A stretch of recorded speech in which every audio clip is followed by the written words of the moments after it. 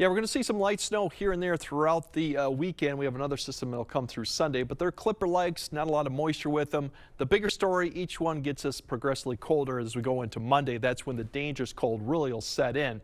The only thing we won't have going against us to get really even colder is a real big snowpack. We'll have some snow on here and some fresh snow cover as we get towards Monday, but the snowpack won't be that impressive too because this won't really amount to much. This evening overnight, you can see this band really just setting along the river and then stretching into southwest and southern Wisconsin. It's a little bit less as you go further north.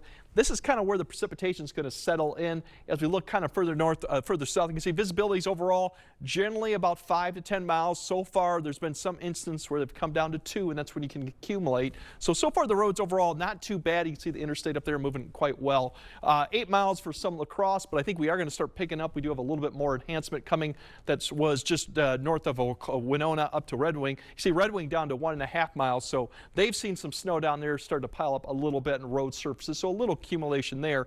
But you see Menominee down to Eau Claire, 4 miles, 5 miles, all the way to Black River. The interstate looks fine in those directions right now. You can see there's the camera kind of picking up on that activity over there. So that's what we're going to see. We're going to see a lot of that overnight, kind of centered along and south of I-90 eventually. And you can see overall, this kind of shows you spotty types of showers. And really, you might see more than what this is depicting, but where you see these show up, that's where your visibility could drop maybe down to 5 or less miles. You can see the visibility over time. I think La Crosse, you'll see a little bit more an uptick in coverage as we go about 10 to about midnight or 1. You can see this kind of this band setting right through the area. And where this band sets up, that's where you could start getting a little bit more snow. As you get past midnight to 3 to 4 a.m., all of it really now is centered south of La Crosse. And you can see that area kind of setting up towards Vernon County and just to the west side, all the way stretching just south of Rochester. That could be where you pick up a little bit more snowfall. Tomorrow morning, it's going to be a little bit on and off snow showers, flurries in the morning. But for the most part, once we get to noon and beyond, it's dry conditions too, as most of the activity, at least the better activity, will be to the east of us. But you see a lot of cloud cover, northwest winds. It will be breezy out there once again, and temperatures teens as you see right there too. So it's going to definitely be a cold time. It doesn't show the amounts right now on here, but generally if you're in the blue area, it's 1 to 2. Noted that most of it is west of the river and south of I-92. Areas for north probably don't pick up as much, but we could pick up 1 to 3 inches in some of these areas through about Saturday morning too. Now the next system we'll watch is Sunday morning. It'll come in probably about 6 to 7 in the morning. Most of the snow will probably end right after noon.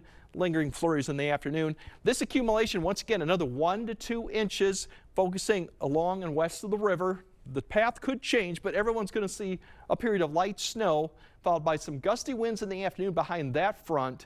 Temperatures start to fall, and then we'll have more issues going on. Sunday's highs actually not too bad, a little degree too warmer than we saw for Saturday, but still below average.